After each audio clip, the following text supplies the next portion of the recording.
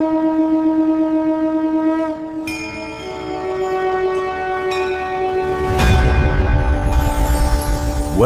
to the Bhakti First. प्रारंभिक प्रसंग इंद्र और बक मुनि का संवाद। अध्यायों की शुरुआत से पहले बक मुनि और देवराज इंद्र के संवाद का उल्लेख है। इसमें चिरंजीवी होने के दुखों पर प्रकाश डाला गया है। बक मुनि बताते हैं कि लंबी आयु का सबसे बड़ा दुख अप्रिय लोगों के साथ रहना, प्रियजनों का वियोग सहना और दुष्टों की संगति प्राप्त होना है। अध्याय 194 क्षत्रियों का महत्व, सुहोत्र और शिबी की प्रशंसा। मुख्य विषय इस अध्याय में क्षत्रियों की महानता और उदारता का वर्णन है। कथा राजा सुहोत्र और उशी पुत्र राजा शिबी का आमना सामना होता है। दोनों श्रेष्ठ हैं, इसलिए मार्ग कौन छोड़े, यह प्रश्न उठता है। देवर्षि नारद वहां आकर बताते हैं कि जो स्वभाव से अधिक उदार और विनम्र है वही बड़ा है। यह सुनकर राजा सुहोत्र विनम्रतापूर्वक राजा शिबी को मार्ग दे देते हैं। अध्याय 195 राजा ययाति का ब्राह्मण को सहस्र गोदान। मुख्य विषय दान में दाता की प्रसन्नता और अक्रोध का महत्व। कथा एक ब्राह्मण गुरु दक्षिणा चुकाने के लिए राजा ययाति से ऐसी भिक्षा मांगता है जो राजा बिना किसी द्वेष या पश्चाताप के दे सके।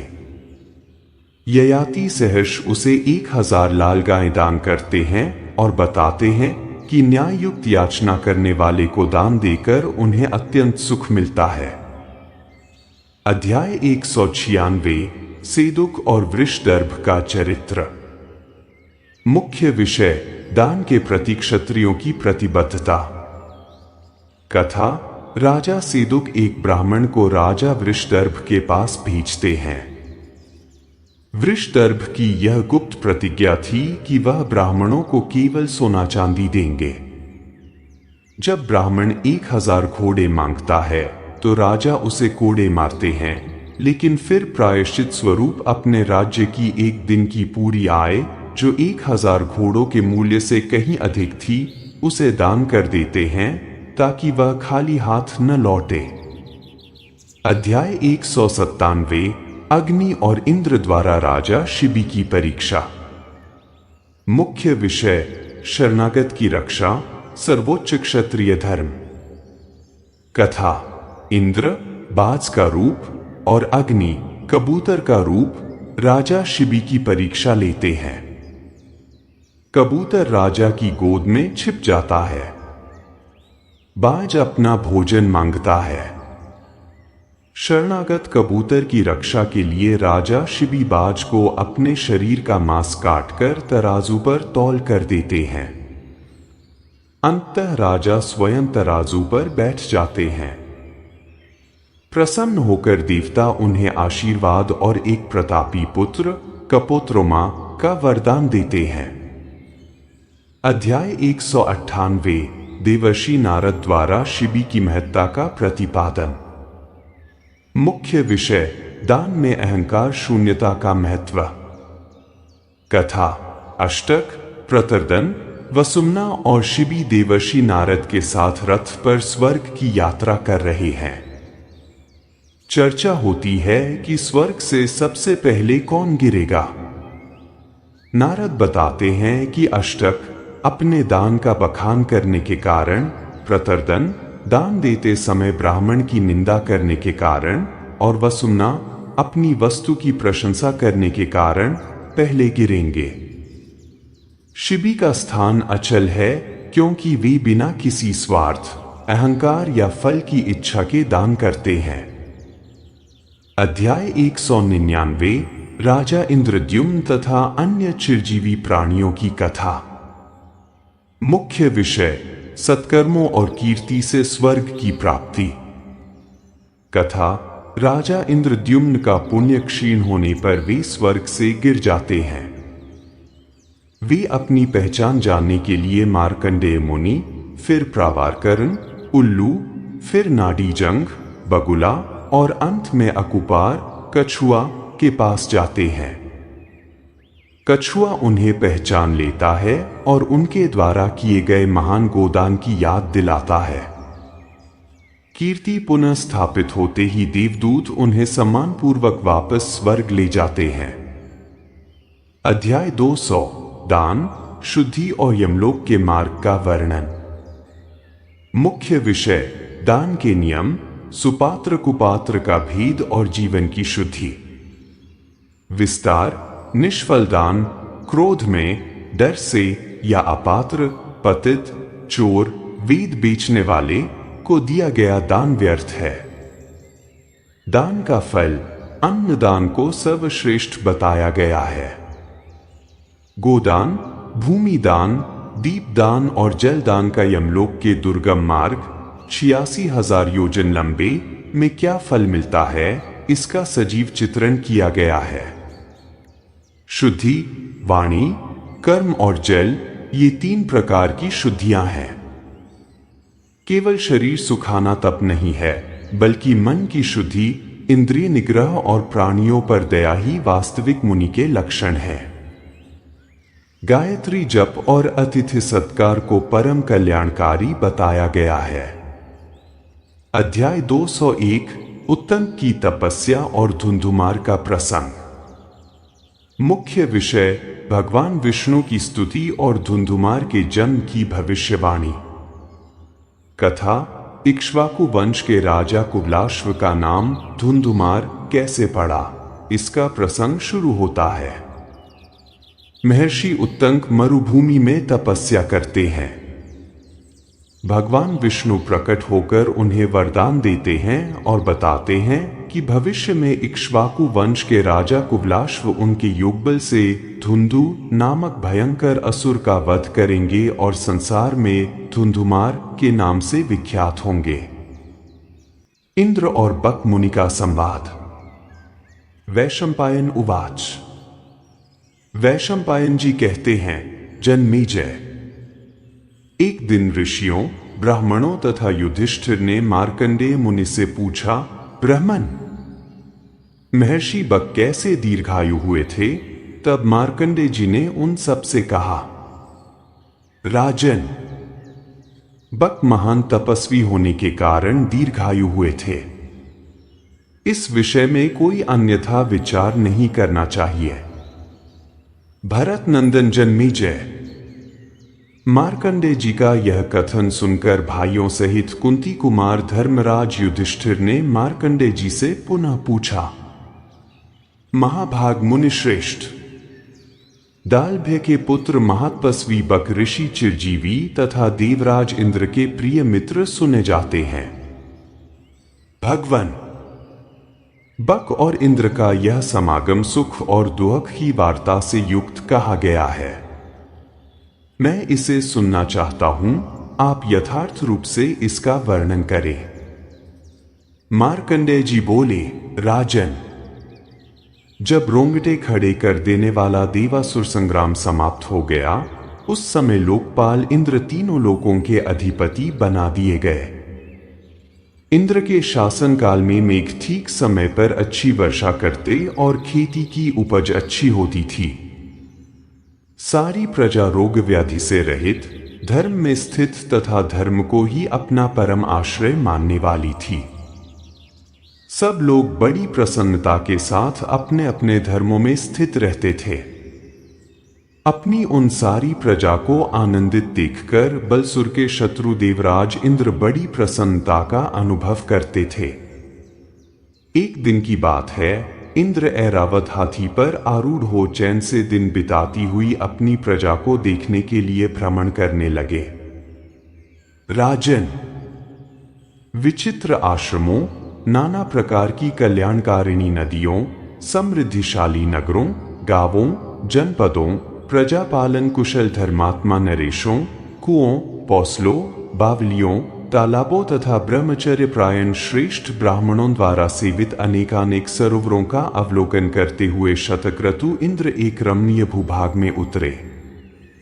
राजन, परम सुंदर पूर्व दिशा में समुद्र के निकट एक मनोहर एवं सुखद स्थान में, जो बहुत से वृक्षों से घिरा हुआ था, एक रमणीय आश्रम दिखाई दिया, जहां बहुत से पशु और पक्षी निवास करते थे। देवराज इंद्र ने उस रमणीय आश्रम में जाकर बक मुनि का दर्शन किया। देवराज इंद्र की उपस्थित देख बक के हृदय में दृढ़ प्रेम उत्पन्न हुआ। उन्होंने पाद्य, आसन, अर्घ्य और फल मूलादि देकर देवराज का पूजन किया। सबको वर देने वाले बलनिशूदन देवेश्वर इंद्र जब सुखपूर्वक आसन पर बैठ गए, तब वे मुनिवर बक से इस प्रकार बोले, निष्पाप मुने, आपकी अवस्था 1,00,000 वर्ष की हो गई। ब्राह्मण, आप अपने अनुभव के आधार पर यह बताइए कि चिरजीवी मनुष्यों को क्या दुख होता है। बक ने कहा, देवेश्वर, अप्रिय मनुष्यों के साथ रहना पड़ता है। प्रियजनों की मृत्यु हो जाने से उनके वियोग का दुख सहते हुए जीवन व्यतीत करना पड़ता है और दुष्ट मनुष्यों का संग प्राप्त होता है। चिरजीवी मनुष्यों के लिए यह महान दुख है। अध्याय 194। क्षत्रिय राजाओं का महत्व, सुहोत्र और शिव की प्रशंसा। वैशंपायन जी कहते हैं, जन्मेजय, तदंतर पांडवों ने पुनः मार्कंडेय जी से प्रश्न किया, मुनिवर, आपने ब्राह्मणों के महात्म्य का तो वर्णन किया, अब हम क्षत्रियों की महत्ता के विषय में इस समय कुछ सुनना चाहते हैं। यह बात सुनकर महर्षि मार्कंडेय ने कहा, अच्छा सुनो। अब मैं क्षत्रियों के महात्म्य का वर्णन करता हूं। कुरुवंशी क्षत्रियों में सुहोत्र नाम से प्रसिद्ध एक राजा हो गए हैं। एक दिन वे महर्षियों का सत्संग करके जब वहां से लौट रहे थे, उस समय उन्होंने अपने सामने ही रथ पर बैठे हुए उशीनपुत्र राजा शिव को देखा। निकट आने पर उन दोनों ने अवस्था के अनुसार एक दूसरे का सम्मान किया, परंतु गुण में अपने को बराबर समझकर एक ने दूसरे के लिए राह नहीं दी। इतने ही में वहां देवर्षि नारद जी प्रकट हो गए और पूछ बैठे, यह क्या बात है जो कि तुम दोनों इस तरह एक दूसरे का मार्ग रोककर खड़े हो। तब उन दोनों ने नारद जी से कहा, भगवन, ऐसी बात नहीं है। पहले के कर्मकर्ताओं, धर्म व्यवस्थापकों ने यह उपदेश दिया है कि जो अपने से सभी बातों में बड़ा अच्छा हो या अधिक शक्तिशाली हो, उसी को मार्ग देना चाहिए। हम दोनों एक दूसरे से मित्र भाव रखकर मिले हैं। विचार करने पर हम यह निर्णय नहीं कर पाते कि हम दोनों में से कौन अत्यंत श्रेष्ठ है और कौन उसकी अपेक्षा अधिक छोटा। उनके ऐसा कहने पर नारद जी ने 3 श्लोक पढ़े।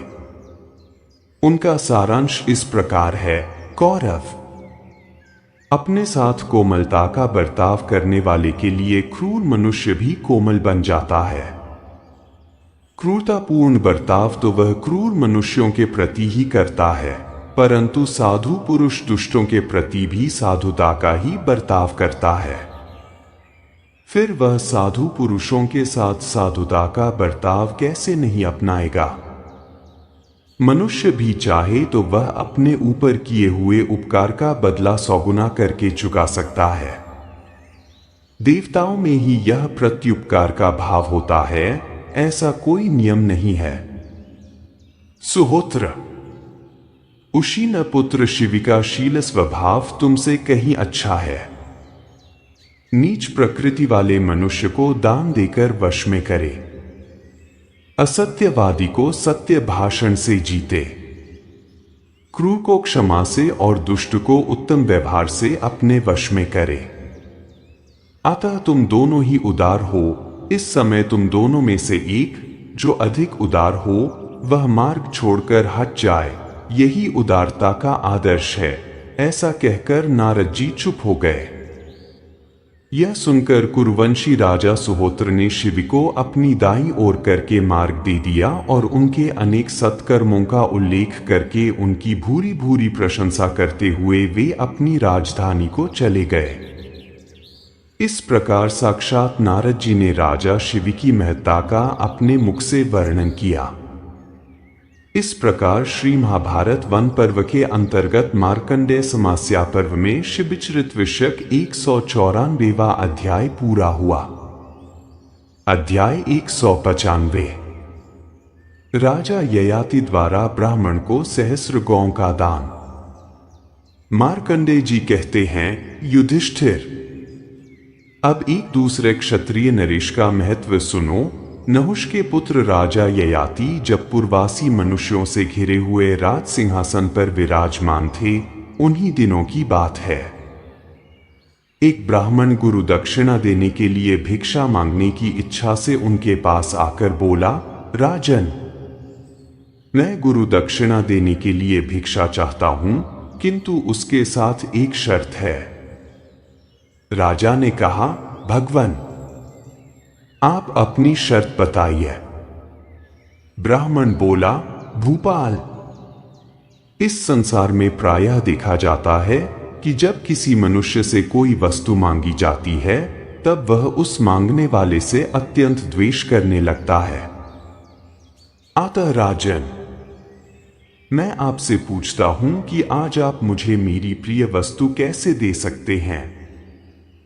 राजा ने कहा, दान लेने के अधिकारी ब्राह्मण देव, मैं कोई वस्तु देकर उसकी बार बार चर्चा नहीं करता और यह प्रतिज्ञा पूर्वक कहता हूं कि मेरे पास कोई ऐसी वस्तु नहीं है जो आपके मांगने योग्य न हो।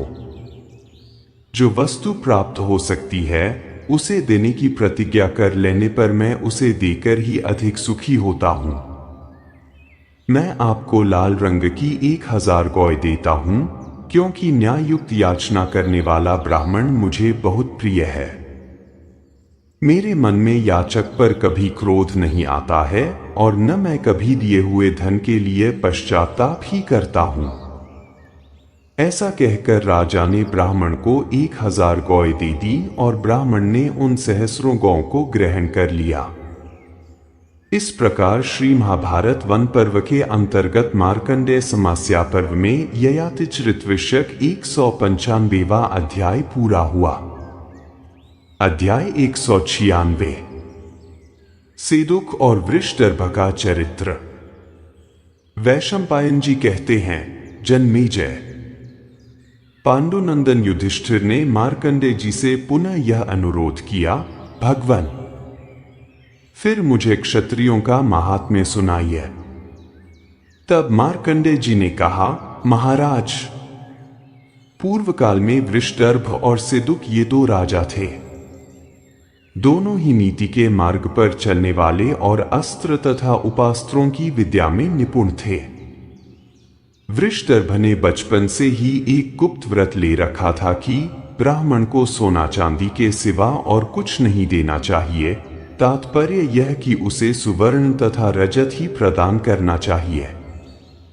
उनके इस व्रत को सेदुक जानते थे। एक दिन कोई वेदाध्ययन संपन्न ब्राह्मण राजा सेदुक के पास आया और उन्हें आशीर्वाद देकर गुरु दक्षिणा के लिए भिक्षा मांगता हुआ बोला, राजन, आप मुझे 1000 घोड़े दीजिए। तब सेदुक ने उस ब्राह्मण से कहा, ब्राह्मण, आपकी अभीष्ट गुरु दक्षिणा देना मेरे लिए संभव नहीं है, अतः आप वृषदर्भ के पास चले जाइए। ब्राह्मण, राजा वृषदर्भ बड़े धर्मज्ञ हैं, आप उन्हीं से याचना कीजिए, वे आपकी अभीष्ट वस्तु अवश्य दे देंगे। यह उनका गुप्त नियम है। तब ब्राह्मण देवता ने वृषदर्भ के पास जाकर 1000 घोड़े मांगे। यह सुनकर राजा उन्हें कोड़े से पीटने लगे। यह देख ब्राह्मण ने उनसे पूछा, राजन, मुझ निरपराध को आप क्यों मार रहे हैं? ऐसा कहकर ब्राह्मण देवता शाप देने को उद्यत हो गए। तब राजा ने उनसे कहा, विप्रवर, क्या जो आपको अपना धन न दे उसको शाप देना ही उचित है, अथवा यही ब्राह्मणोचित कर्म है? ब्राह्मण ने कहा, राजाधिराज, आपके पास राजा सिदुक ने मुझे भेजा है, तभी आपसे गुरु दक्षिणा मांगने आया हूं। उनके उपदेश के अनुसार ही मैंने आपसे याचना की है। राजा बोले, ब्राह्मण, आज जो भी राजकीय कर मेरे पास आएगा उसे कल पूर्वाह्न में ही आपको दे दूंगा। जिसे कोड़े से पीटा जाए उसे खाली हाथ कैसे लौटाया जा सकता है? ऐसा कहकर राजा ने ब्राह्मण को 1 दिन की आय दे दी। इस प्रकार उन्होंने 1000 से अधिक घोड़ों का मूल्य ही दिया। इस प्रकार श्री महाभारत वन पर्व के अंतर्गत मार्कंडेय समस्या पर्व में सेदुक वृषभचरित विषयक 196वां अध्याय पूरा हुआ। अध्याय 197। इंद्र और अग्नि द्वारा राजा शिव की परीक्षा। मार्कंडेय जी कहते हैं, युधिष्ठिर, एक समय देवताओं में परस्पर यह बातचीत हुई कि पृथ्वी पर चलकर हम उशीनर के पुत्र राजा शिव की श्रेष्ठता की परीक्षा करें। ऐसा ही हो, यह कहकर अग्नि और इंद्र वहां जाने के लिए उद्यत हुए। अग्निदेव कबूतर का रूप धारण करके मानो अपने प्राण बचाने के लिए राजा के पास भागते हुए गए और इंद्र ने बाज पक्षी का रूप धारण कर मांस के लिए उस कबूतर का पीछा किया। राजा शिबी अपने दिव्य सिंहासन पर बैठे हुए थे। कबूतर उनकी गोद में आ गिरा। यह देखकर पुरोहित ने राजा से कहा, महाराज, यह कबूतर बाज के डर से अपने प्राणों की रक्षा के लिए आपकी शरण में आया है। किसी तरह प्राण बच जाए, यही इसका प्रयोजन है। परंतु विद्वान पुरुष कहते हैं कि इस तरह कबूतर का आकर गिरना भयंकर अनिष्ट का सूचक है। आपकी मृत्यु निकट जान पड़ती है, अतः आपको इस उत्पात की शांति करनी चाहिए। आप धन दान करें। तदंतर कबूतर ने राजा से कहा, महाराज, मैं बाज के डर से प्राण बचाने के लिए शरणार्थी होकर आपकी शरण में आया हूं। मैं साक्षात कबूतर नहीं, ऋषि हूं। मैंने स्वेच्छा से पूर्ण शरीर से यह शरीर बदल लिया है। प्राणरक्षक होने के कारण आप ही मेरे प्राण हैं। मैं आपकी शरण में हूं, मुझे बचाइए। मुझे ब्रह्मचारी समझिए। मैंने वेदों का स्वाध्याय करते हुए अपने शरीर को दुर्बल किया है। मैं तपस्वी और जितेंद्रिय हूं। आचार्य के प्रतिकूल कभी कोई बात नहीं करता। इस प्रकार मुझे दोषमुक्त और निष्पाप जानिए। मैं वेदों का प्रवक्ता और छंदों का मर्मज्ञ कहलाता हूं। मैंने संपूर्ण वेदों के एक एक अक्षर का अध्ययन किया है। मैं श्रोत्रिय विद्वान हूं। मुझ जैसे व्यक्ति को किसी भूखे प्राणी की भूख बुझाने के लिए उसके हवाले कर देना उत्तम दान नहीं है। अतः आप मुझे बाज को न सौंपिए। मैं कबूतर नहीं हूं। तदंतर बाज ने राजा से कहा, महाराज, प्रायः सभी जीवों को बारी बारी से विभिन्न योनियों में जन्म लेकर रहना पड़ता है। मालूम होता है आप इस दृष्टि परंपरा में पढ़ते पढ़ते इस कबूतर से उत्तम ग्रहण कर चुके हैं, तभी तो इसे अपने आश्रय में ले रहे हैं। राजन, मैं आहार शून्य हो रहा हूं। आप इस कबूतर को लेकर मेरे भोजन के कार्य में विघ्न न डालें। राजा बोले, अहो, आज से पहले विश्व ने कभी भी किसी पक्षी के मुख से ऐसी उत्तम संस्कृत भाषा का उच्चारण देखा या सुना है जैसी कि ये कबूतर और बाज बोल रहे हैं। किस प्रकार इन दोनों का स्वरूप जानकर इनके प्रति न्यायोचित बर्ताव किया जा सकता है। जो राजा अपनी शरण में आए हुए भयभीत प्राणी को उसके शत्रु के हाथ में दे देता है, उसके देश में समय पर वर्षा नहीं होती, उसके बोए हुए बीज भी समय पर नहीं उगते हैं। वह कभी संकट के समय जब अपनी रक्षा चाहता है तब उसे कोई रक्षक नहीं मिलता। जो राजा अपनी शरण में आए हुए भयभीत प्राणी को उसके शत्रु के हाथ में दे देता है, उसकी पैदा हुई संतान छोटी अवस्था में ही मर जाती है। उसके पितरों को कभी पितृलोक में रहने के लिए स्थान नहीं मिलता और देवता उसका दिया हुआ भविष्य नहीं ग्रहण करते हैं। जो राजा शरण में आए हुए भयभीत प्राणी को उसके शत्रु के हाथ में दे देता है, उसका खाना पीना निष्फल है। वह अनुदार हृदय का मनुष्य शीघ्र ही स्वर्गलोक से भ्रष्ट हो जाता है और इंद्र आदि देवता उसके ऊपर वज्र का प्रहार करते हैं। आतंकबाज, इस कबूतर के बदले मेरे सेवक ले जाए तुम्हारी पुष्टि के लिए भात के साथ प्रचुर मात्रा में पकवान दूंगा। तुम जिस स्थान पर प्रसन्नतापूर्वक रह सको वहीं चलकर रहो। ये शिविदेशी क्षत्रिय वहीं तुम्हारे लिए भात और ऋषभाकंडाई सूप पहुंचा दे।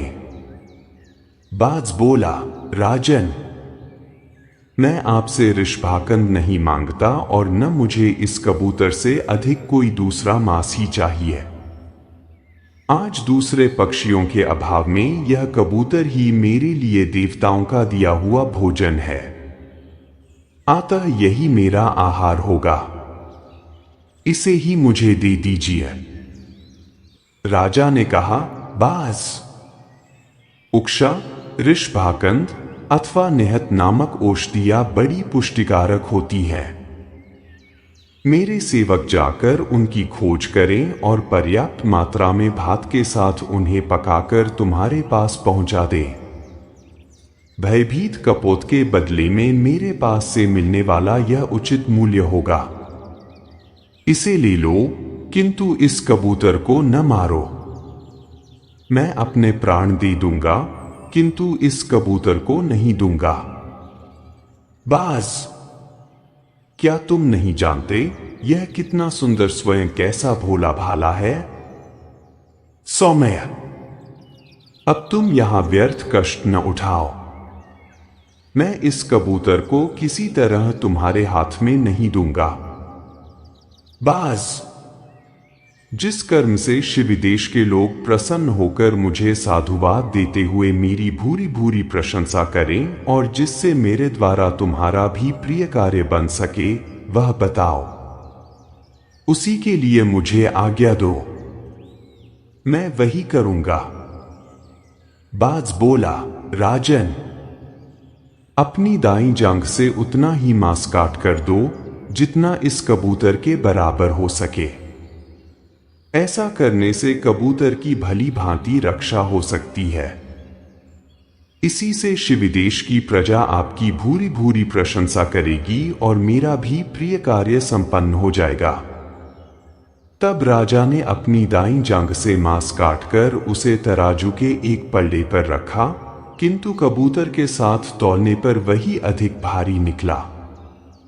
राजा ने फिर दूसरी बार अपने शरीर का मांस काट कर रखा, तो भी कबूतर का ही पल्ला भारी रहा। इस प्रकार क्रमशः उन्होंने अपने सभी अंगों का मांस काट काट कर तराजू पर चढ़ाया, तो भी कबूतर ही भारी रहा। तब राजा स्वयं ही तराजू पर चढ़ गए। ऐसा करते समय उनके मन में क्लेश नहीं हुआ। यह घटना देखकर बाज बोल उठा, हो गई कबूतर की प्राण रक्षा। ऐसा कहकर वह वहीं अंतर्धान हो गया। अब राजा शिवी कबूतर से बोले, कपोत, ये शिविलोक तो तुम्हें कबूतर ही समझते थे। पक्ष प्रवर, मैं तुमसे पूछता हूं, बताओ यह बाज कौन था? ईश्वर के सिवा दूसरा कोई कभी ऐसा चमत्कारपूर्ण कार्य नहीं कर सकता। भगवान, मेरे इस प्रश्न का यथावत उत्तर दो। कबूतर बोला, राजन, मैं धूममयी ध्वजा से विभूषित वैश्वानर अग्नि हूं और उस बाज के रूप में साक्षात वज्रधारी शचीपति इंद्र थे। सुरधानंदन, तुम एक श्रेष्ठ पुरुष हो। हम दोनों तुम्हारी श्रेष्ठता की परीक्षा के लिए यहां आए थे। राजन, तुमने मेरी रक्षा के लिए जो तलवार से काटकर अपना यह मांस दिया है, इसके घाव को मैं अभी अच्छा कर देता हूं। यहाँ की चमड़ी का रंग सुंदर और सुनहला हो जाएगा तथा इससे बड़ी पवित्र सुगंध फैलती रहेगी। यह तुम्हारा राज चिन्ह होगा। तुम्हारे इस दक्षिण पार्श्व से एक पुत्र उत्पन्न होगा जो इन प्रजाओं का पालक और यशस्वी होने के साथ ही देवर्षियों के अत्यंत आदर का पात्र होगा। उसका नाम होगा कपोत्रोमा। राजन, तुम्हारे द्वारा उत्पन्न किया हुआ वह पुत्र जिसे तुम भविष्य में प्राप्त करोगे, तुम्हारी जांघ का भेदन करके प्रकट होगा, इसीलिए औद्भिद कहलाएगा। उसके शरीर के रोए कबूतर के समान होंगे। उसका शरीर साड़ के समान हृष्ट पुष्ट होगा। तुम देखोगे कि वह सुयश से प्रकाशित हो रहा है। सुरथा के वंशजों में वह सर्वश्रेष्ठ शूरवीर होगा। इतना कहकर अग्निदेव अंतर्धान हो गए। इस प्रकार श्री महाभारत वन पर्व के अंतर्गत मार्कंडेय समस्या पर्व में शिबिचरित विषयक 197वां अध्याय पूरा हुआ। अध्याय 198। देवर्षि नारद द्वारा शिबि की महत्ता का प्रतिपादन। वैशंपायन जी कहते हैं, जन्मेजय, पांडुनंदन युधिष्ठिर ने मार्कंडेय जी से पुनः प्रार्थना की, मुने, क्षत्रिय नरेशों के महात्म्य का पुनः वर्णन कीजिए। तब मार्कंडेय जी ने कहा, धर्मराज, विश्वामित्र के पुत्र अष्टक के अश्वमेध यज्ञ में सब राजा पधारे थे। अष्टक के 3 भाई प्रतर्दन, वसुमना तथा उशीन पुत्र शिबि भी उस यज्ञ में आए थे। यज्ञ समाप्त होने पर एक दिन अष्टक अपने भाइयों के साथ रथ पर आरूढ़ हो स्वर्ग की ओर जा रहे थे। इसी समय रास्ते में देवर्षि नारद जी आते दिखाई दिए। तब उन तीनों ने उन्हें प्रणाम करके कहा, भगवान आप भी रथ पर आ जाइए। तब नारद जी तथास्तु कहकर उस रथ पर बैठ गए। तदंतर उनमें से एक ने देवर्षि नारद से कहा, भगवान, मैं आपको प्रसन्न करके कुछ पूछना चाहता हूं। देवर्षि ने कहा, पूछो। तब उसने इस प्रकार कहा, भगवान, हम सब लोग दीर्घायु तथा सर्वगुण संपन्न होने के कारण सदा प्रसन्न रहते हैं। हम चारों को दीर्घ काल तक उपभोग में आने वाले स्वर्गलोक में जाना है, किंतु वहां से सर्वप्रथम कौन इस भूतल पर उतर आएगा? देवर्षि ने कहा, सबसे पहले अष्टक उतरेगा।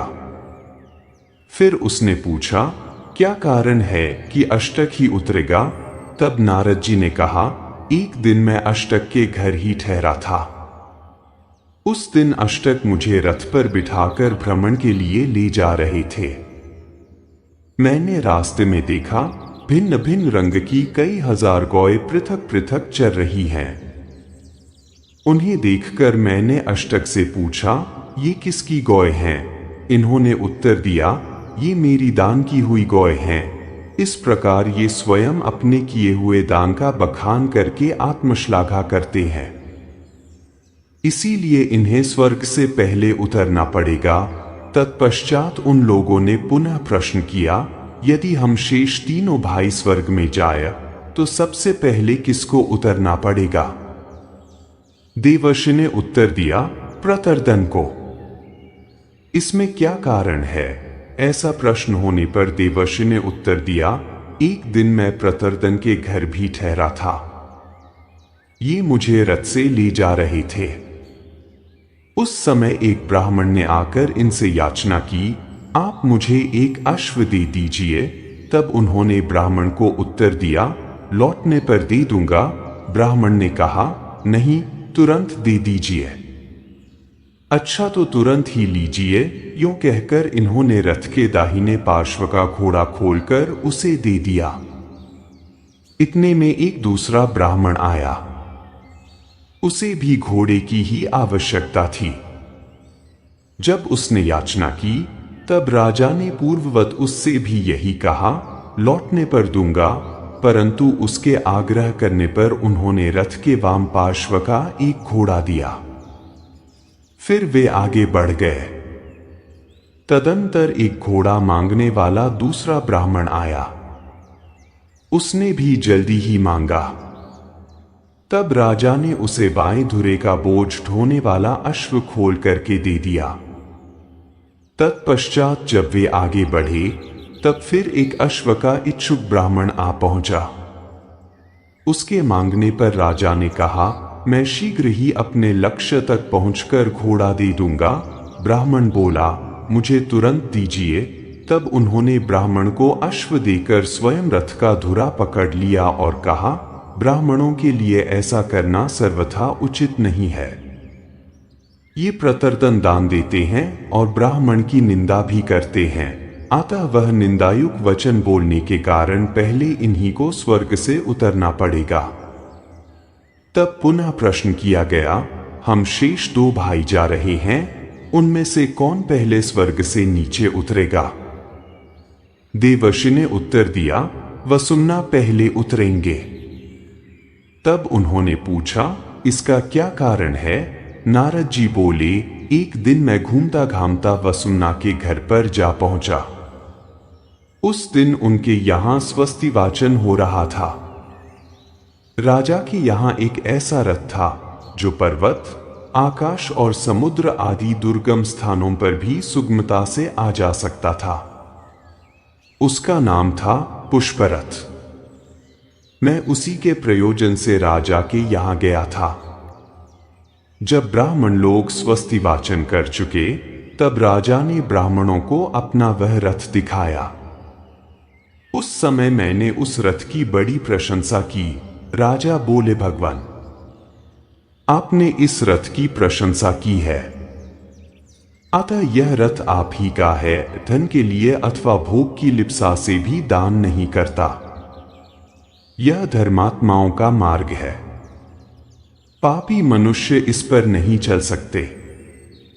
ऐसा समझकर ही मैं यह सब कुछ करता रहता हूं। श्रेष्ठ पुरुष सदा जिस मार्ग से चले हैं वही उत्तम मार्ग है। इसीलिए मेरी बुद्धि सदा उस उत्तम पथ का ही आश्रय लेती है। यह है राजा शिव की सर्वश्रेष्ठ महिमा, जिसे मैं अच्छी तरह जानता हूं। इसीलिए इन सब बातों का यथावत वर्णन किया है।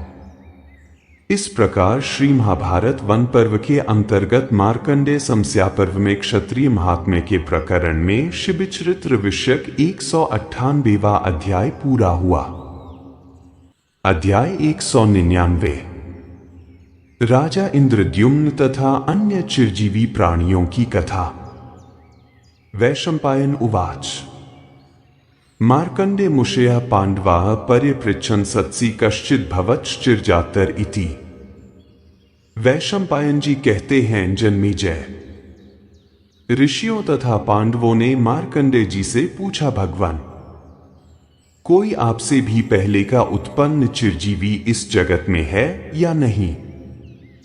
सतानुवाचैव मुक्त्वा खलु राजर्षिरिन्द्रद्युम्नो नाम क्षीण पुण्यस्त्रिदिवाच्युत प्रच्युतः कीर्तिश्चैविच्छन्ने स मामुपतिष्ठन् वै प्रत्यभिजानासि मां भवानीति। मार्कंडे जी ने कहा, क्यों नहीं, सुनो। एक समय राजर्षि इंद्रद्युम्न अपना पुण्य क्षीण हो जाने के कारण यह कहकर स्वर्गलोक से नीचे गिरा दिए गए थे कि जगत में तुम्हारी कीर्ति नष्ट हो गई है। स्वर्ग से गिरने पर वे मेरे पास आए और बोले, क्या आप मुझे पहचानते हैं? तमहं ब्रुवं कार्य वेद्या कुलत्वात्र वयं वासायनिका ग्रामैक्रान वासिनो न प्रत्यभिजानीमोम व्याम्नोर्थानामनुष्ठान शरीरोक्तापनात्मनः समारंभोर्थानामनुष्ठानम्। मैंने उनसे कहा, हम लोग तीर्थ यात्रा आदि भिन्न भिन्न पुण्य कार्यों की चेष्टाओं में व्यग्र रहते हैं, अतः किसी एक स्थान पर सदा नहीं रहते। एक गांव में केवल एक रात निवास करते हैं। अपने कार्यों का अनुष्ठान भी हमें भूल जाता है। व्रत उपवास आदि में लगे रहने से अपने शरीर को सदा कष्ट पहुंचाने के कारण आवश्यक कार्यों का आरंभ भी हमसे नहीं हो पाता है। ऐसी दशा में हम आपको कैसे जान सकते हैं? एव मुक्तो राजर्षिरिन्द्रद्युम्नः पुनः मां ब्रवीद अथास्ति कश्चित् त्वतश्चिरन् जातर इति। मेरे ऐसा कहने पर राजर्षि इंद्रद्युम्न ने पुनः मुझसे पूछा, क्या आपसे भी पहले का पैदा हुआ कोई पुरातन प्राणी है? तम पुनः प्रत्यब्रुवम् अस्ति खलु हिमवती प्रावारकर्णो नामोलुकः प्रतिवसति समत्तश्चिर्जातो भवन्तं यदि जानीयादितः प्रकृष्टे चाध्वनि हिमवांस्तत्रासो प्रतिवसतीति। तब मैंने उन्हें पुनः उत्तर दिया, हिमालय पर्वत पर प्रावारकर्ण नाम से प्रसिद्ध एक उलूक निवास करता है। वह मुझसे भी पहले का उत्पन्न हुआ है। संभव है वह आपको जानता हो। यहां से बहुत दूर की यात्रा करने पर हिमालय मिलेगा, वहीं वह रहता है। ततः स मामश्वो भूत्वा तत्रावहद यत्र बभूवोलुकः अथैन स राजा पप्रच्छ प्रतिजानाति मां भवानीति। तब इंद्रद्युम्न अश्व बनकर मुझे वहां तक ले गए जहां उलूक रहता था। वहां जाकर राजा ने उससे पूछा, क्या आप मुझे जानते हैं? समुहूर्तमिव ध्यात्वा ब्रवीणेन नाभिजानामि भवन्तमिति स एव मुक्त इंद्रद्युम्नः पुनस्तमुलूकं ब्रवीद राजर्षिः। उसने 2 घड़ी तक सोच विचार कर उससे कहा, मैं आपको नहीं जानता हूं। उलूक के ऐसा कहने पर राजर्षि इंद्रद्युम्न ने पुनः उससे पूछा, अथास्ति कश्चित् भवतः सकाशाच्चिर्जात इति स एव मुक्तो ब्रवीदस्ति खल्विन्द्रद्युम्नं नाम सरस्तस्मिन् नाडीजङ्घो नाम बकः प्रतिवसति सोऽस्मत्तश्चिर्जात्तरस्तं पृच्छेति तत् इंद्रद्युम्नो मा चोलुकमादाय तत्सरोगच्छद यत्रासो नाडीजङ्घो नाम बको बभूव। क्या आपसे भी पहले का उत्पन्न हुआ कोई चिरजीवी प्राणी है? उनके ऐसा पूछने पर उलूक ने कहा, इंद्रद्युम्न नाम से प्रसिद्ध एक सरोवर है, वहां नाडीजंघ नाम से प्रसिद्ध एक बक निवास करता है। वह हमसे बहुत पहले का उत्पन्न हुआ है, उससे पूछिए। तब इंद्रद्युम्न मुझको और उलूक को भी साथ लेकर उस सरोवर पर गए जहां नाडीजंघ बक निवास करता था। सोऽस्माभिः पृष्टो भवानिमिन्द्रद्युम्न राजानमभिजानातीति स एवं मुहूर्तं ध्यात्वा ब्रवीन्नाभिजानाम्यहमिन्द्रद्युम्न राजान्मिति। ततः सोऽस्माभिः पृष्ठः कश्चित् भवतोऽप्यन्यश्चिर्जातोऽस्तीति। स नो ब्रवीदस्ति खल्वेस्मिन्नेव सरस्य कुपारो नाम कच्छपः प्रतिवसति। स मत्तश्चिर्जातरः। स यदि कथंचिद्भिजानीयादिम राजानन्तं कुपारं पृच्छेदमिति। हम लोगों ने उस बक से पूछा, क्या आप राजा इंद्रद्युम्न को जानते हैं? उसने 2 घड़ी तक सोचकर उत्तर दिया, मैं राजा इंद्रद्युम्न को नहीं जानता हूं। तब हम लोगों ने उससे पूछा, क्या दूसरा कोई प्राणी ऐसा है जिसका जन्म आपसे भी पहले हुआ हो? उसने हमसे कहा है, इसी सरोवर में अकूपार नाम का एक कछुआ रहता है, वह मुझसे भी पहले उत्पन्न हुआ है। आप लोग उस अकूपार से ही पूछिए। संभव है वह इस राजर्षि को किसी तरह जानता हो। ततः स बकस्तं कुपारं कच्छपं विज्ञाप्यामास। अस्माकं विप्रैतं भवन्तं किंचिदर्थं विप्रष्टु साध्यागमेता तावदिति तच्छ्रुत्वा कच्छपस्तस्मात् सरस उत्थायाभ्याच्छद यत्र तिष्ठामो वयं तस्य ससस्तीरे आगतं च न वयं पृच्छाम भवानिन्द्रद्युम्नं राजानमभिजानातीति। तब उस बक ने अकूपार नाम के कछुए को यह सूचना दी कि हम लोग आपसे कुछ अभीष्ट प्रश्न पूछना चाहते हैं, कृपया आइए। यह संदेश सुनकर वह कछुआ उस सरोवर से निकलकर वहां आया जहां हम लोग तट पर खड़े थे। आने पर उससे हम लोगों ने पूछा, क्या आप राजा इंद्रद्युम्न को जानते हैं? समूहूर्तं ध्यात्वा बाष्पसम्पूर्णन्यन् उद्विग्नहृदयो वेपमानो विसंज्ञकल्पः प्राञ्जलिर्ब्रवीत्। किममेनं न प्रत्यभिज्ञास्यामि ह्यनेन सहस्रकृत्वश्चितिषु यूपा आहिताः। उसने 2 घड़ी तक ध्यान करके नेत्रों में आंसू भरकर उद्विग्न हृदय से कांपते हुए अचेत की सी दशा में हाथ जोड़कर कहा, मैं इन्हें क्यों नहीं पहचानूंगा। इन्होंने 1000 बार अग्नि स्थापन के समय यज्ञयूपों की स्थापना की है। सरश्चिद्मस्य दक्षिणाभिर्दत्ताभिर्गोभिर्हित क्रमाणाभिः कृतम् अत्र चाह प्रतिवसामीति। इनके द्वारा दक्षिणा में दी हुई गौओं के आने जाने से यह सरोवर बन गया है जिसमें मैं निवास कर रहा हूं। अथैतन सकलं कच्छपेनोदाहृतं श्रुत्वा तदंतरं देवलोकात् देवदूतः प्रादुरासीद वात्श्रायश्चैन ब्रूम प्रति प्रस्तुरस्ते स्वर्गा यथोचित स्थान प्रतिपद्यस्व कीर्तिमान से अंग्रो याहिति।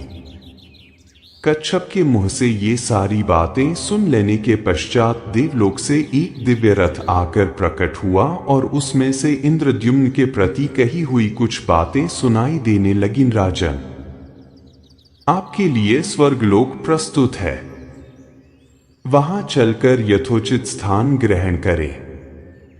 आप कीर्तिमान हैं, अतः निश्चिंत होकर स्वर्गलोक की यात्रा करें। इसलिए मनुष्य को सदा कल्याणकारी सत्कर्मों में ही लगे रहना चाहिए। इससे अनंत फल की प्राप्ति होती है। पापूर्ण चित्त, चिंतन या विचार का परित्याग करके सदा धर्म का ही आश्रय लेना चाहिए।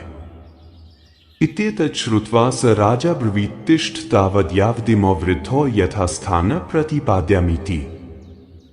देवदूत की यह बात सुनकर राजा ने कहा, जब तक इन दोनों वृद्धों को इनके स्थान पर पहुंचा न दूं, तब तक ठहरे रहो।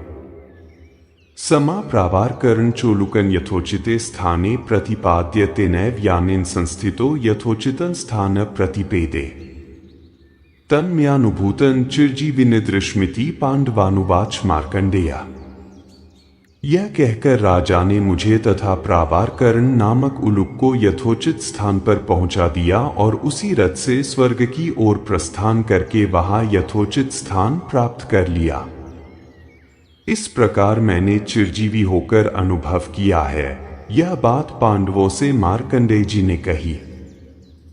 पांडवाश्चोचुः साधु शोभन भवताकृत राजान्मिन्द्रद्युम्न स्वर्गलोकाच्युतं स्वे स्थाने प्रतिपाद्येत्यथैतान् ब्रवीत्सो ननु देवकीपुत्रेणापि कृष्णेन नरके मज्जमानो राजर्षिन् ऋक्स्तस्मात् कृच्छ्रात् पुनः समुद्रधृत्य स्वर्गं प्रापित इति।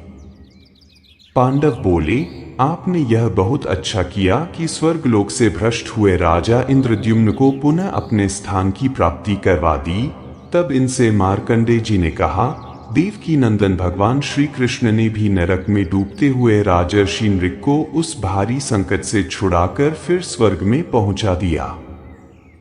इस प्रकार महाभारत वन पर्व के अंतर्गत मार्कंडेय समस्या पर्व में इंद्रद्युम्नोपाख्यान विषयक 199वां अध्याय पूरा हुआ। अध्याय 200।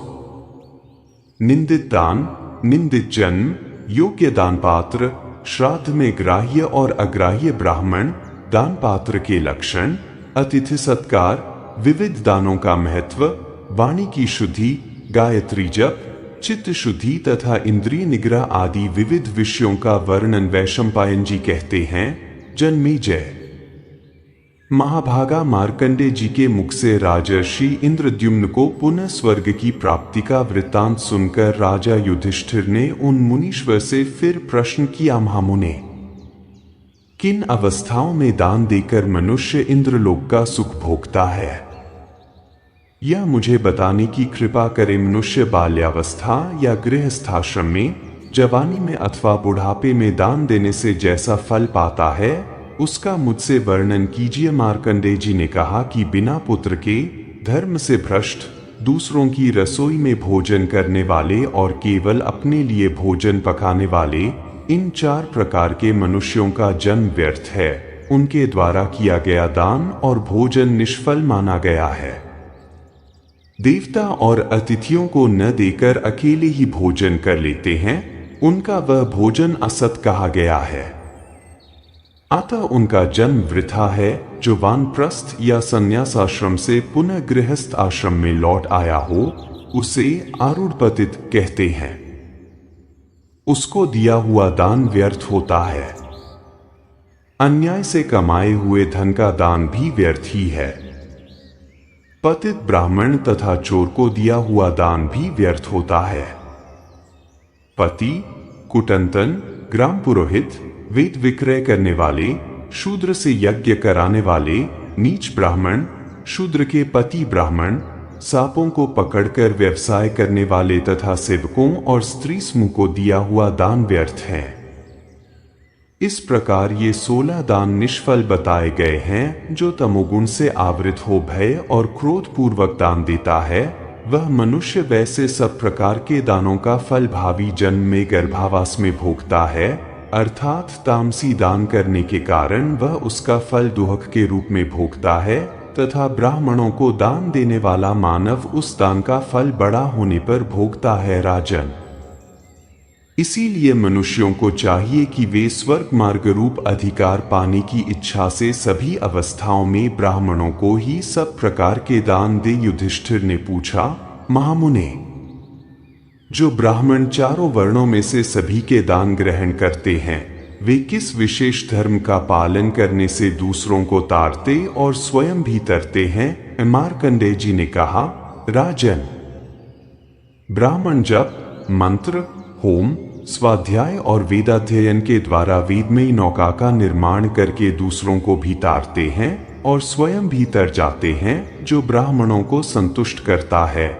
उस पर सब देवता संतुष्ट रहते हैं। ब्राह्मणों के वचन से अर्थात आशीर्वाद से भी मनुष्य स्वर्गलोक पा सकता है। राजन, तुम पितरों और देवताओं की पूजा से तथा ब्राह्मणों का आदर सत्कार करने से अक्षय पुण्य लोक को जाओगे, इसमें संशय नहीं है। जिसका शरीर कुष्ठ आदि से भर गया हो, जो मर रहा हो और अचेत हो गया हो, उसे पुण्य में स्वर्गलोक की प्राप्ति अभीष्ट हो तो ब्राह्मणों की पूजा भी करनी चाहिए। श्राद्ध काल में प्रयत्न करके उत्तम ब्राह्मणों को ही भोजन कराना चाहिए। जिनके शरीर का रंग घृणाजनक न हो, नख काले पड़ गए हों, जो कोढ़ी और धूर्त हो, पिता की जीवित अवस्था में ही माता के व्यभिचार से जिनका जन्म हुआ हो, अथवा जो विधवा माता के पेट से पैदा हुए हों और जो पौनर्भव तथा राक्षस क्षत्रिय वृत्ति से जीविका चलाते हों, ऐसे ब्राह्मणों को श्राद्ध में प्रयत्न पूर्वक त्याग दें, क्योंकि उनको भोजन कराने से श्राद्ध निंदित हो जाता है और निंदित श्राद्ध यजमान को उसी प्रकार नष्ट कर देता है। जैसे अग्नि काठ को जला डालती है, किंतु अंधे, गूंगे, बहरे आदि जिन जिन ब्राह्मणों को श्राद्ध में वर्जित बताया गया है, उन सबको वेद पारगत ब्राह्मण के साथ श्राद्ध में सम्मिलित किया जा सकता है। युधिष्ठिर, अब मैं तुम्हें यह बताता हूं कि कैसे व्यक्ति को दान देना चाहिए, जो दाता को और अपने आप को भी तारने की शक्ति रखता हो। संपूर्ण शास्त्रों का ज्ञाता मानव उसी ब्राह्मण को दान दे जो दाता का तथा अपना भी संसार सागर से उद्धार कर सके। वही शक्तिशाली ब्राह्मण है। कुंती नंदन, अतिथियों को भोजन कराने से अग्निदेव जितने संतुष्ट होते हैं, उतना संतोष उन्हें भविष्य का हवन करने तथा घृत और चंदन चढ़ाने से भी नहीं होता। इसीलिए तुम सभी उपायों से अतिथियों को भोजन देने का प्रयत्न करो।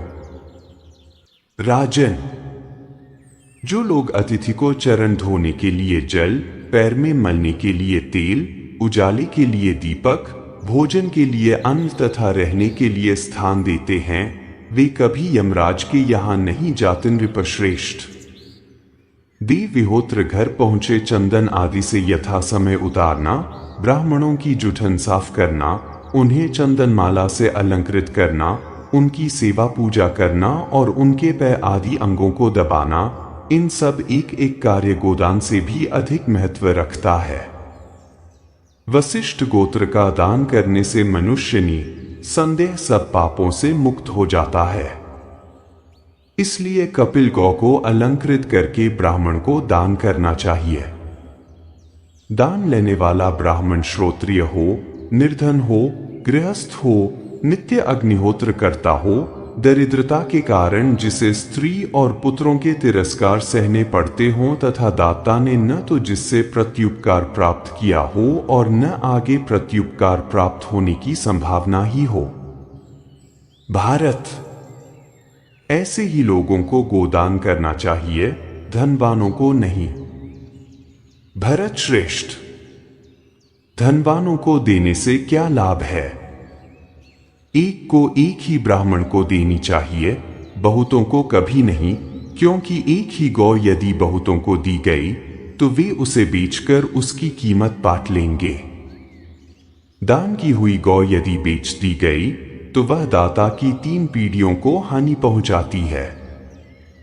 वह न तो दाता को ही पार उतारती है न ब्राह्मण को ही।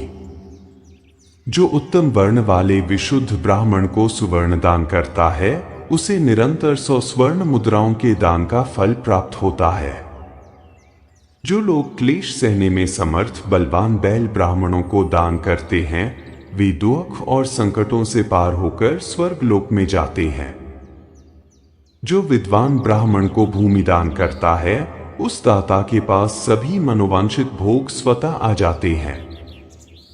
यदि कोई रास्ते के थके मांदे, दुखते कष्टते पथिक क्षुधा से पीड़ित भूखे प्यासे आ जाए और पूछे कि क्या यहां कोई भोजन देने वाला है, उस समय उन्हें जो विद्वान अन्न मिलने का पता बता देता है वह भी अन्नदाता के समान ही बढ़ा जाता है, इसमें संशय नहीं है।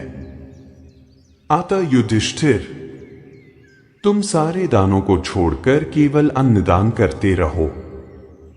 इस संसार में अन्नदान के समान विचित्र एवं पुण्यदायक दूसरा कोई दान नहीं है।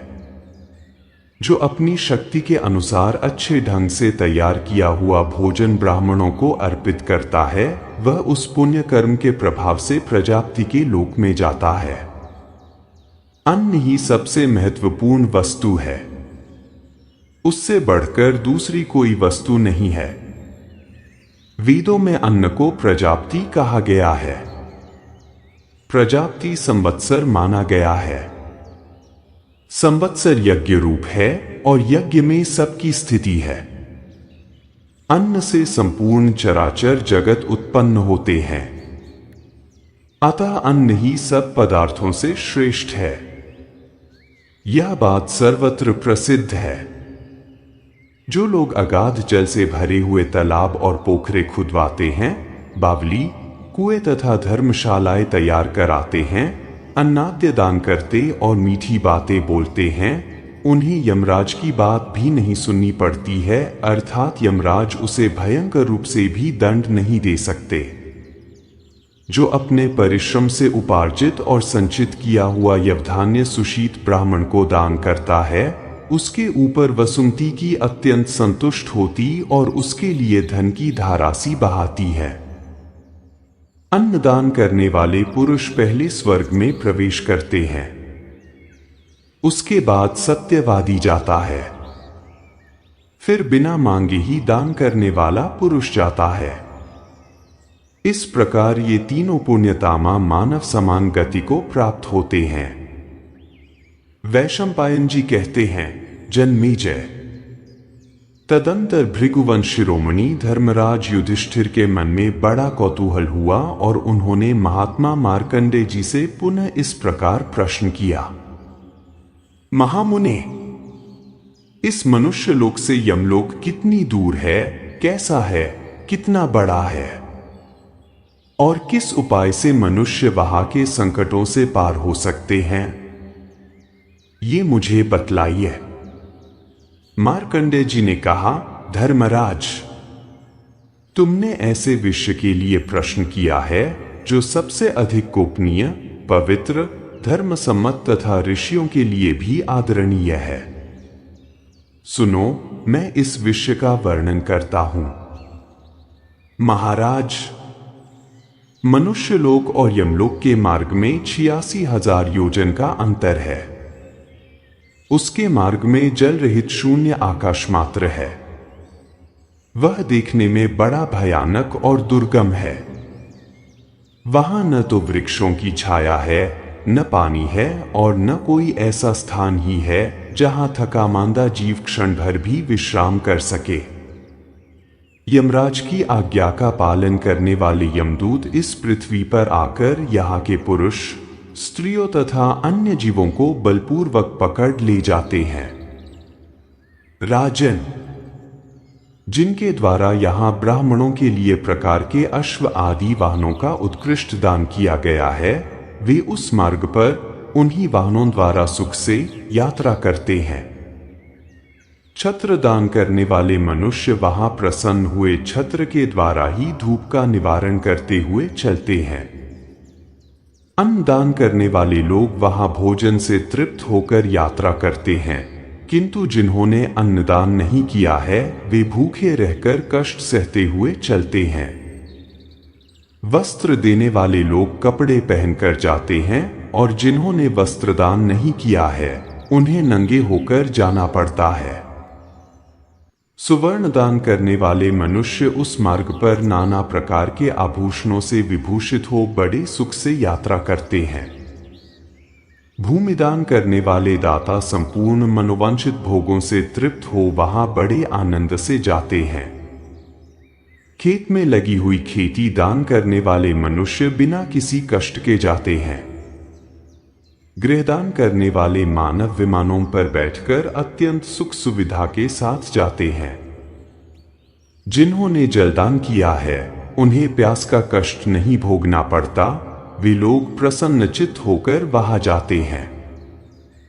दीपदान करने वाले मनुष्य उस मार्ग को प्रकाशित करते हुए सुख से यात्रा करते हैं।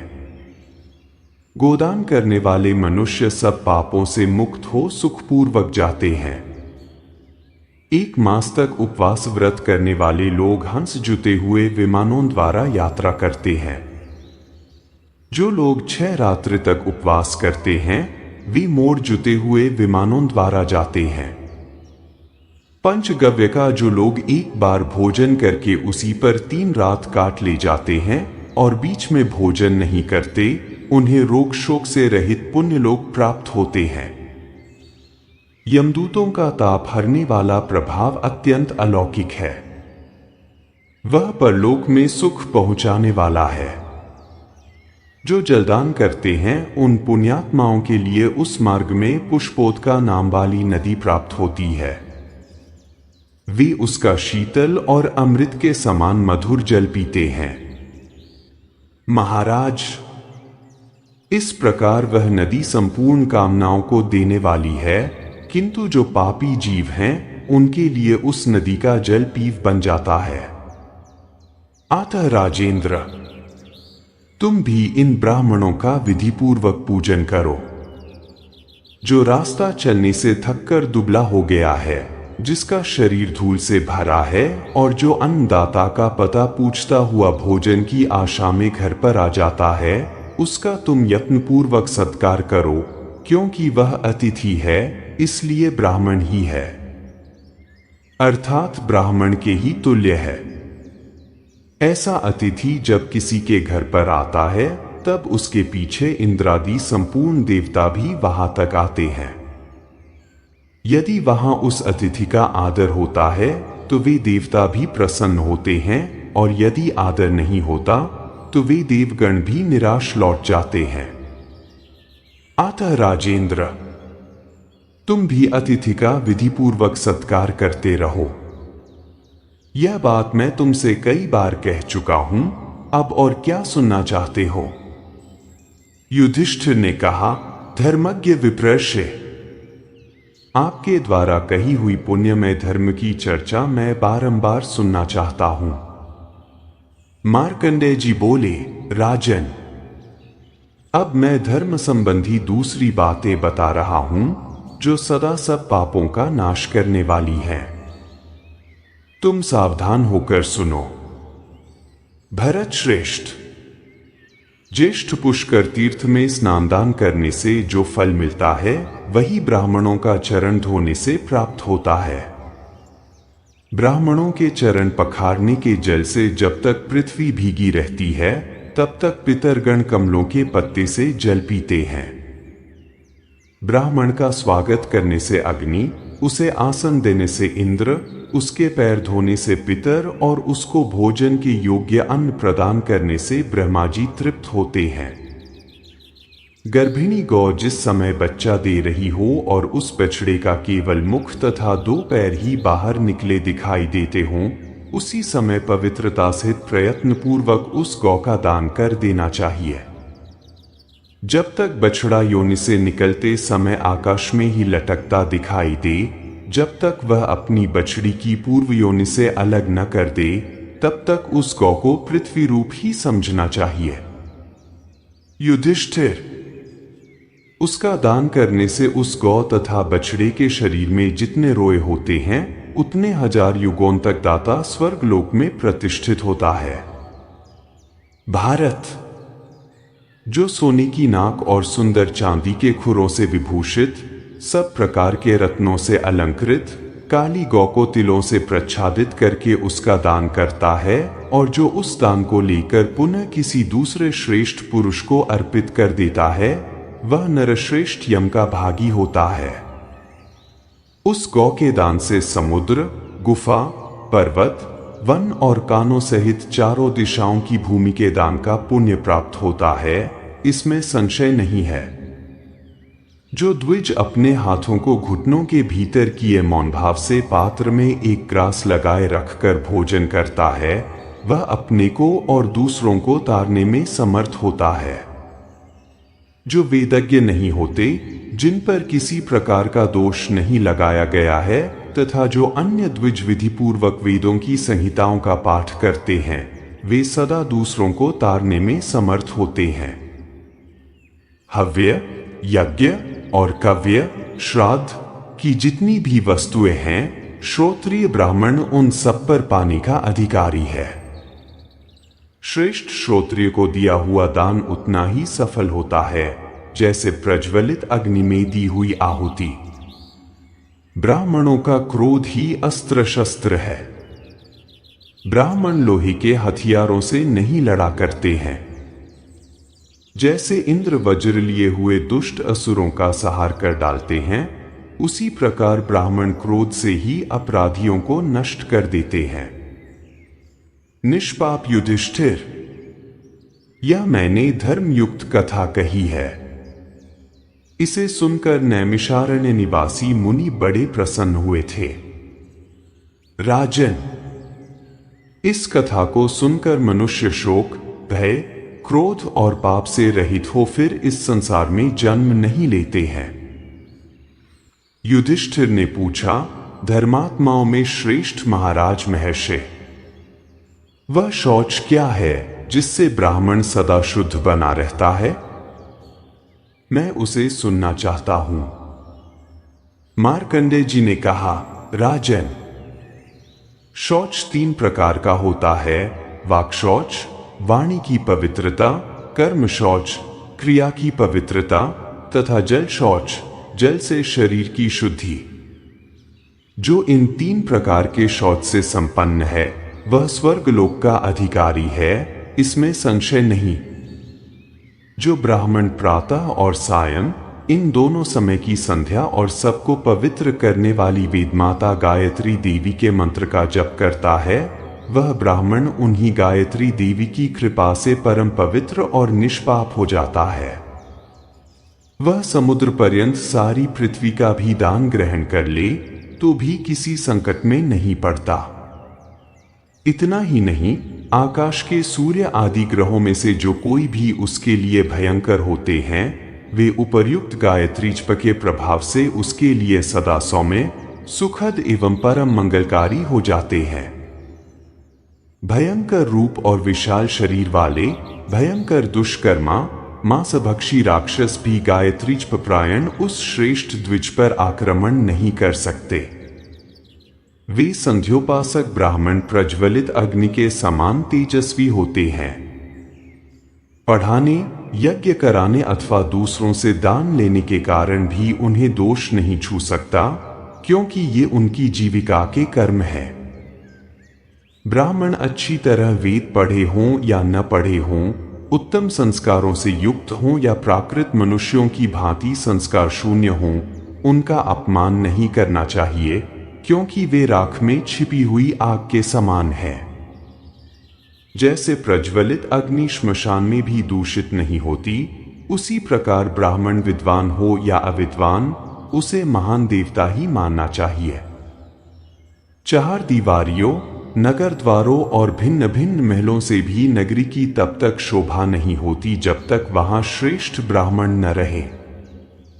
राजन, वेदज्ञ, सदाचारी, ज्ञानी और तपस्वी ब्राह्मण जहां निवास करते हों, उसी का नाम नगर है। कुटीरों वाला व्रज, गौओं के रहने का स्थान हो या वन, जहां बहुश्रुत विद्वान रहते हों, उसे नगर कहा गया है। वह तीर्थ भी माना गया है। प्रजा की रक्षा करने वाले राजा और तपस्वी ब्राह्मण के पास जाकर उनकी सेवा पूजा करने से मनुष्य तत्काल सब पापों से मुक्त हो जाता है।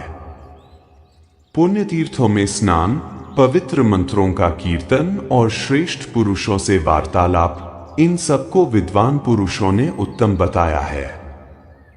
सत्संग से पवित्र किए हुए वाणी के सुंदर संभाषण रूप जल से अभिषिक्त श्रेष्ठ पुरुष अपने को सदा पवित्र हुआ मानते हैं। त्रिदंड धारण करना, मौन रहना, सिर पर जटा का बोझ ढोना, मूंड मुड़ाना, शरीर में वल्कल और मृगचर्म लपेटे रहना, व्रत का आचरण करना, नहाना, अग्निहोत्र करना, वन में रहना और शरीर को सुखा देना, ये सभी यदि भाव शुद्ध न हो तो व्यर्थ है। राजन, भूख आदि इंद्रियों के अज्ञान से छोड़ देना कठिन नहीं है, क्योंकि इंद्रियों के सही विषय का उपभोग न करने से वह अपने आप क्षीण सत्व हो जाता है, परंतु उनमें से मन बड़ा विकारी है। इस कारण भाव की शुद्धि के बिना उसको वश में करना अत्यंत दुष्कर है। जो मन, वाणी, क्रिया और बुद्धि के द्वारा कभी पाप नहीं करते हैं, वे ही महात्मा तपस्वी हैं। शरीर को सुखा देना ही तपस्या नहीं है।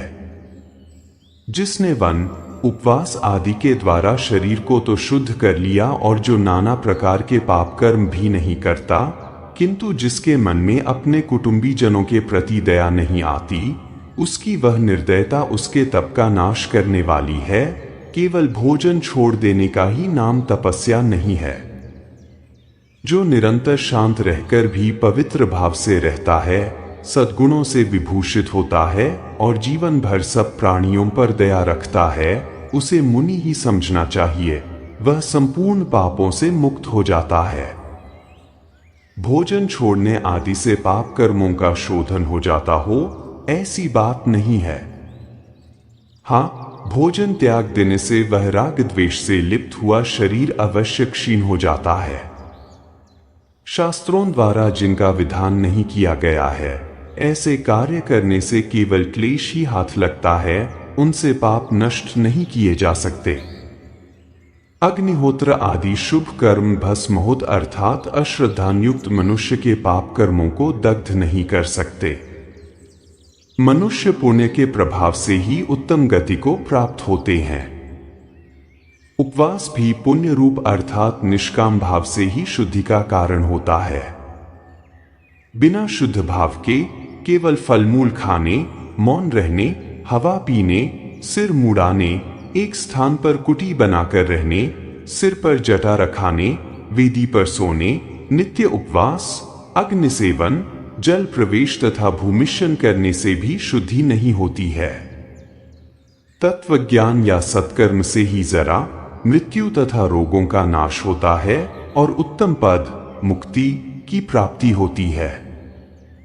जैसे आग में जले हुए बीज फिर नहीं उगते हैं, उसी प्रकार ज्ञान के द्वारा अविद्या आदि क्लेशों के नष्ट हो जाने पर आत्मतत्व पुनः शरीर से योग नहीं होता। जीवात्मा के परिपक्व होने पर सारे शरीर काठ और दीवाल की भांति जड़वत होकर महासागर में उठे हुए फेनों की तरह नष्ट हो जाते हैं, इसमें संशय नहीं है। एक या आधे श्लोक से भी यदि संपूर्ण भूतों के हृदय देश में शयन करने वाले परमात्मा का ज्ञान हो जाए, तो उसके लिए संपूर्ण शास्त्रों के अध्ययन का प्रयोजन समाप्त हो जाता है। कोई अव्यय अथवा राम, कृष्ण, विभु, शिव आदि 2 अक्षरों से ही परमात्म तत्व का ज्ञान प्राप्त कर लेते हैं। कोई श्लोक और पदों से अंकित अन्य सैकड़ों तथा सहस्रों वाक्यों से परमात्मा के स्वरूप को जानते हैं। जैसे भी हो, बोध ही मोक्ष का लक्षण है। जिसके मन में संशय भरा हुआ है, उसके लिए न यह लोक है, न परलोक है और न सुख ही है। ज्ञान ही मोक्ष का लक्षण है, यह वृद्ध ज्ञानी पुरुषों का कथन है। जब मनुष्य वेदों के वास्तविक प्रयोजन को जान जाता है, तब वह वेदवेत्ता मानव कर्मकांड की समस्त वेदों से उसी प्रकार उपरत हो जाता है जैसे मनुष्य दावानल से हट जाते हैं। प्रणव से संबंध रखने वाले परमात्म तत्व को यदि तुम युक्तिपूर्वक अर्थात संदेह भाव से समझना चाहते हो तो कोरा तर्कवाद छोड़कर श्रुति तथा स्मृति के वचनों का आश्रय लो, क्योंकि जो उपर्युक्त शासन का आश्रय नहीं लेता उसकी बुद्धि तत्व का निश्चय करने में समर्थ नहीं हो सकती। इसलिए जानने योग्य परमात्म तत्व का ज्ञान वेदों के द्वारा ही यत्नपूर्वक प्राप्त करना चाहिए, क्योंकि वह परमात्म तत्व वेद रूप है। वेद उसका शरीर है। उस परमात्म तत्व को सहज भाव से प्राप्त कराने में वेद हेतु है। वह जीव रूप सत्य समर्थ नहीं है, क्योंकि वह तत्व वेद में भी वेद है, अर्थात जानने में बड़ा ही गहन है। देवताओं की आयु और कर्मों का शुभाशुभ फल आदि बातें वेद में कही गई हैं। उसके अनुसार ही देहाभिमान का प्रभाव संसार में प्रत्येक युग में फलित होता है। अतः मनुष्य को इंद्रियों की बुद्धि के द्वारा इन विषयों को त्याग देना चाहिए। यह इंद्रियों की निरोधता और निरोध से होने वाला आनंद, विषयों का अग्रहण दिव्य होता है। तब से स्वर्ग लोक में जाने का सौभाग्य प्राप्त होता है। दान से भोगों की प्राप्ति होती है। ज्ञान से मोक्ष मिलता है, यह जानना चाहिए, तथा तीर्थ स्नान से पापों का क्षय हो जाता है। वैशंपायन जी कहते हैं, जन्मेजय, मार्कंडेय जी के ऐसा कहने पर महातपस्वी युधिष्ठिर बोले, भगवान, अब मैं दान की उत्तम एवं प्रधान विधि सुनना चाहता हूं।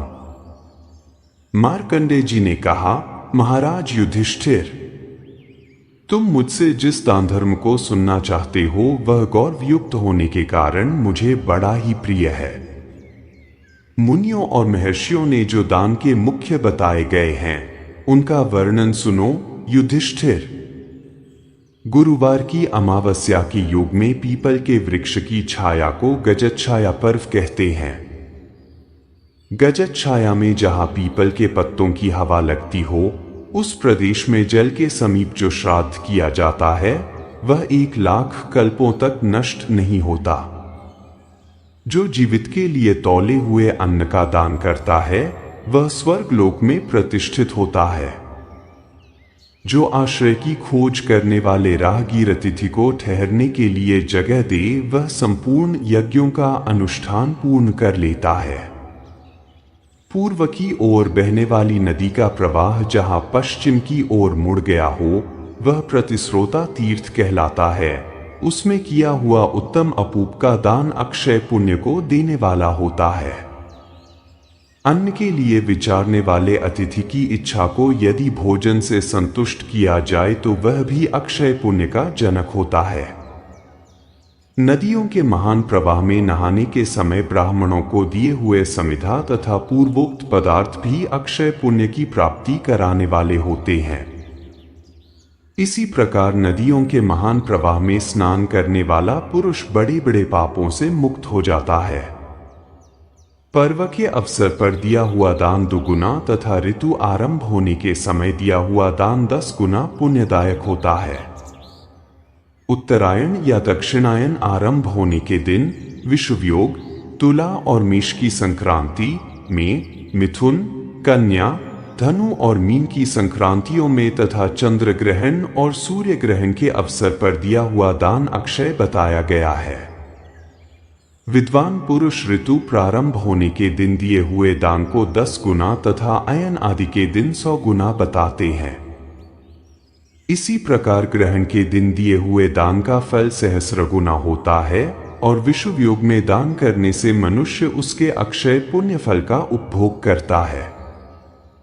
राजन, जिसने भूमि दान नहीं किया है वह परलोक में पृथ्वी का उपयोग नहीं कर सकता। जिसने सवारी का दान नहीं किया है वह सवारी पर चढ़कर नहीं जा सकता। इस जन्म में मनुष्य जिन जिन पदार्थों का ब्राह्मणों को दान करता है, भावी जन्म में वह उन पदार्थों को उपभोग के लिए पाता है। सुवर्ण अग्नि की प्रथम संतान है। भूमि भगवान विष्णु की पत्नी है तथा गौ भगवान सूर्य की कन्याएं हैं। अतः जो कोई सुवर्ण, गौ और पृथ्वी का दान करता है उसके द्वारा तीनों लोकों का दान संपन्न हो जाता है। त्रिलोकी में दान से बढ़कर उत्कृष्ट पुण्यदायक कर्म दूसरा पहले कभी नहीं हुआ, अब कैसे हो सकता है। इसीलिए उत्तम बुद्धि के मनुष्य संसार में दान को ही सर्वोत्कृष्ट पुण्य कर्म बताते हैं।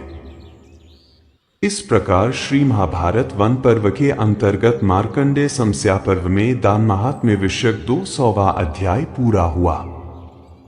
यहाँ जो पिता आदि गुरुजन, सेवक और स्त्रियों को दिया दान व्यर्थ कहा है, इसका अभिप्राय यह है कि माता पिता आदि गुरुजनों की सेवा करना तथा स्त्री और नौकरों का पालन पोषण करना तो मनुष्य का कर्तव्य ही है।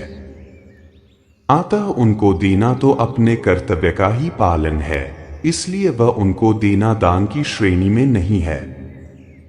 अध्याय 201। उत्तंक की तपस्या से प्रसन्न होकर भगवान का उन्हें वरदान देना तथा इक्ष्वाकुवंशी राजा कुवलाश्व का धुंधुमार नाम पड़ने का कारण बताना।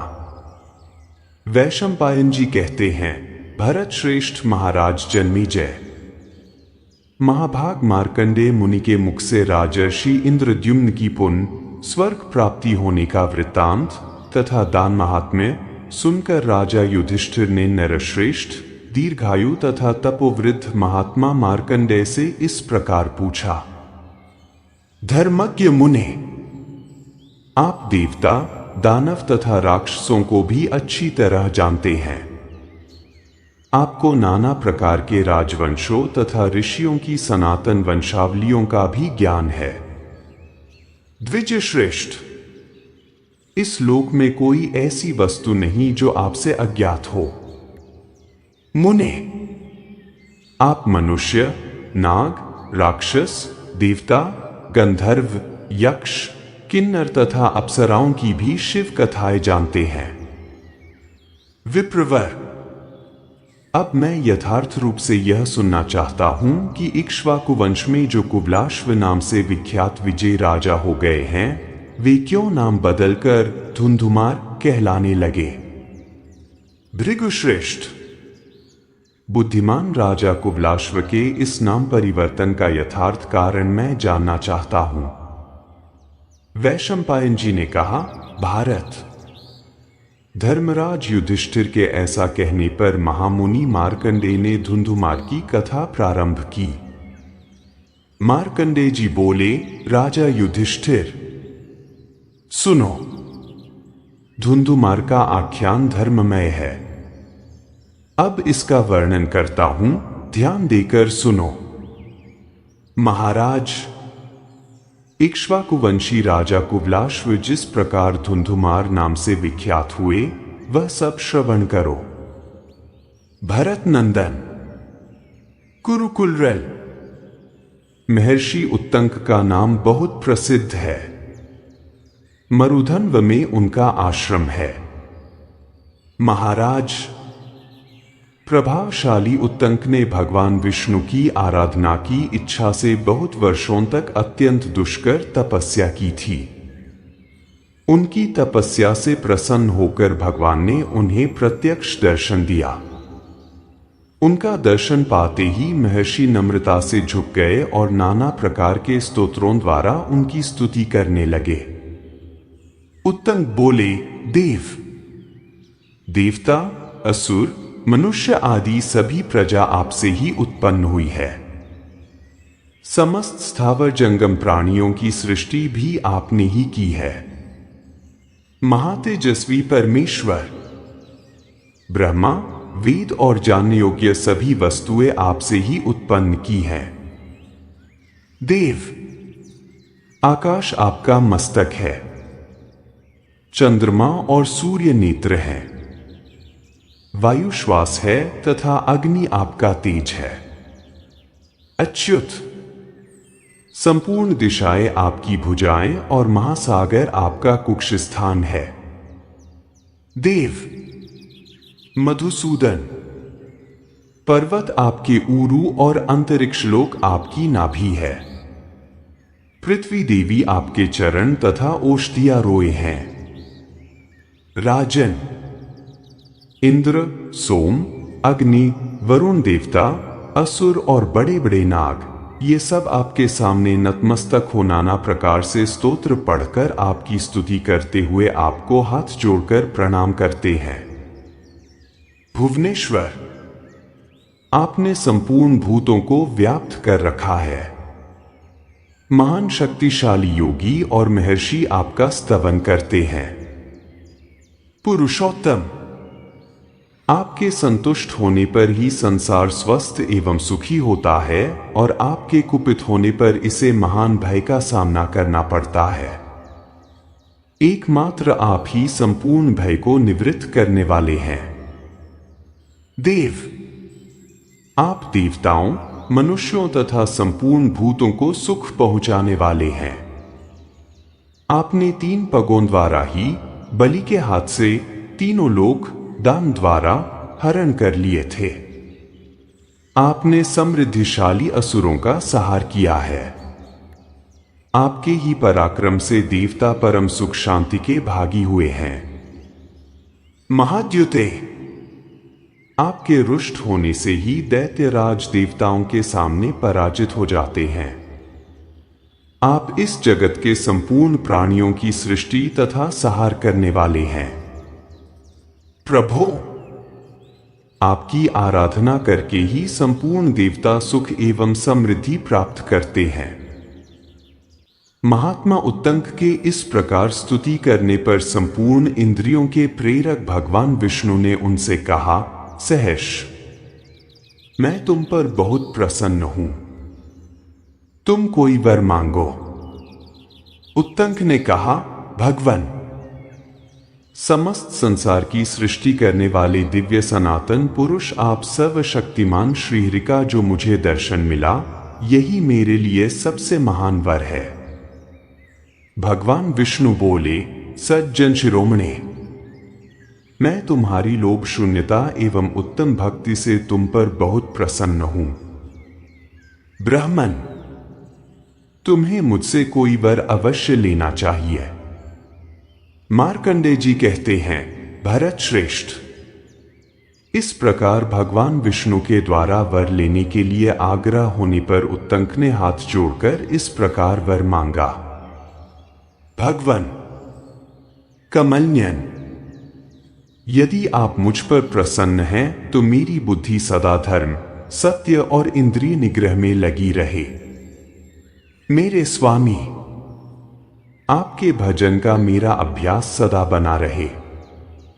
श्री भगवान बोले, ब्राह्मण, मेरी कृपा से यह सब कुछ तुम्हें प्राप्त हो जाएगा।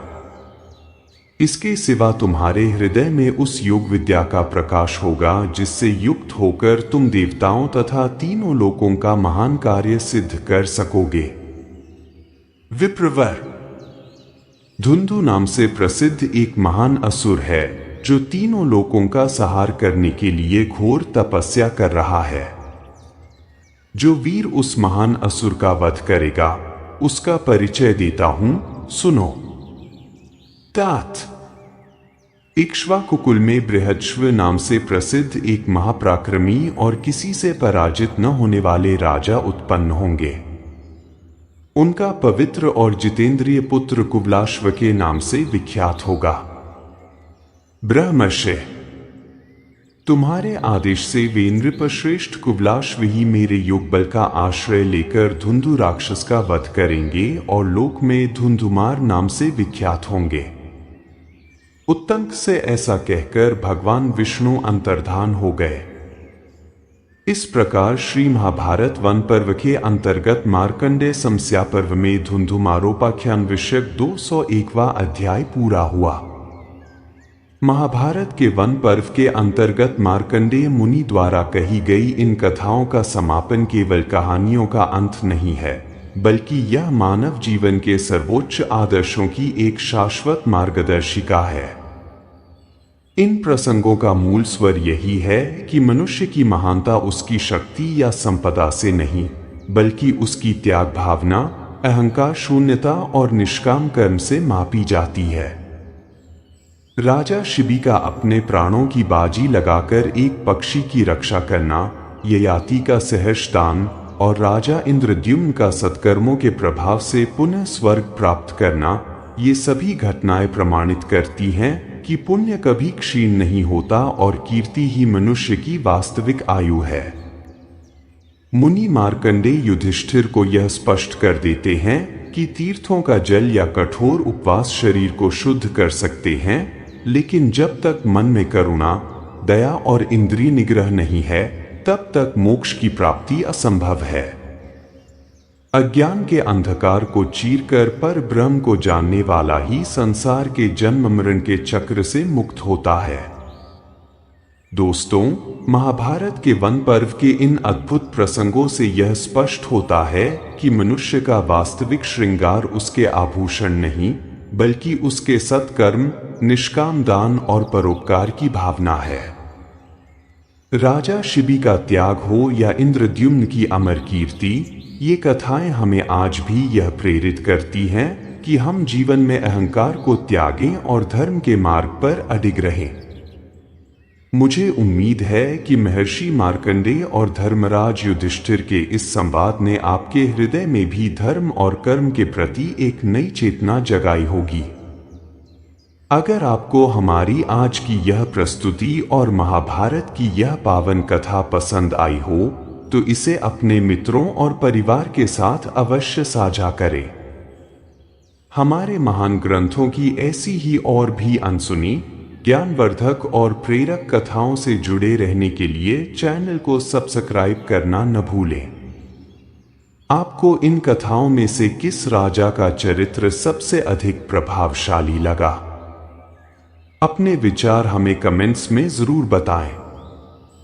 मिलते हैं अगले भाग में एक नई और अद्भुत कथा के साथ। तब तक के लिए अपना और अपनों का ख्याल रखें। जय श्री कृष्णा।